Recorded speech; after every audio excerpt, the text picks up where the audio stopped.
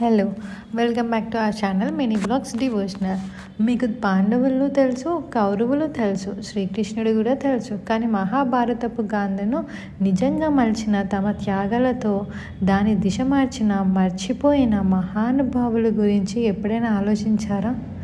ఈరోజు మనం ఆ మురుగులోనైన గాథలను వినబోతున్నాం.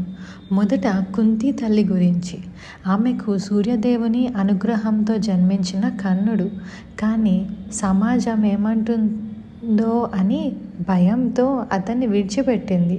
తర్వాత అదే కర్ణుడు దుర్యోధనుని పక్షాన నిలబడి యుద్ధంలో ప్రధాన యోధుడయ్యాడు. కుంతి తల్లి చేసిన ఆ త్యాగం మహాభారతపు దిశనే మార్చేసింది. ఇక గాంధారి. ఆమె భర్త ధృతరాష్ట్రుడు ఆంధ్రుడు కాబట్టి జీవితాంతం తన కళ్ళకు గంతలు కట్టుకొని అంధురాలిగా జీవించింది. 100 మంది కుమారులను యుద్ధంలో కోల్పోయినా సరే గాంధారి మాతృహృదయం, ఆమె సాహసం మహాభారతంలో గొప్ప ఉదాహరణ. ఏకలవ్యుడి కథ మనందరినీ కదిలిస్తుంది. ద్రోణాచార్యుడి దగ్గర చదివే అవకాశం లేకపోయినా దూరం నుంచే ఆయనను గురువుగా భావించారు. తన శ్రమతో అద్భుతమైన ధనురాద్రి అయ్యారు. కానీ ద్రోణుడు అర్జున్ని ప్రధాన శిష్యుడిగా నిలబెట్టుకోవడానికి ఏకలవ్యుని బొటనవేలు గురుదక్షిణగా అడిగారు. ఏకలవ్యుడు ఎటువంటి సందేహం లేకుండా తను వేలు కోసి అర్పించారు. అతని త్యాగం మహాభారతంలో మౌనమైన చాలా గొప్పది.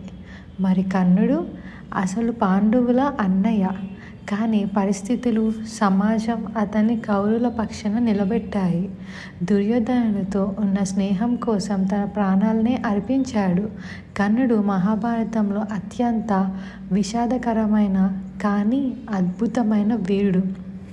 చూసారా, మహాభారతం కేవలం యుద్ధం కాదు, ఇది మౌనమైన త్యాగాల గాథ.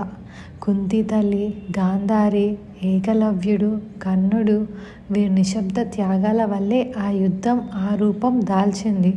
మహాభారతం వెనుక ఉన్న అసలు శక్తి వేరే.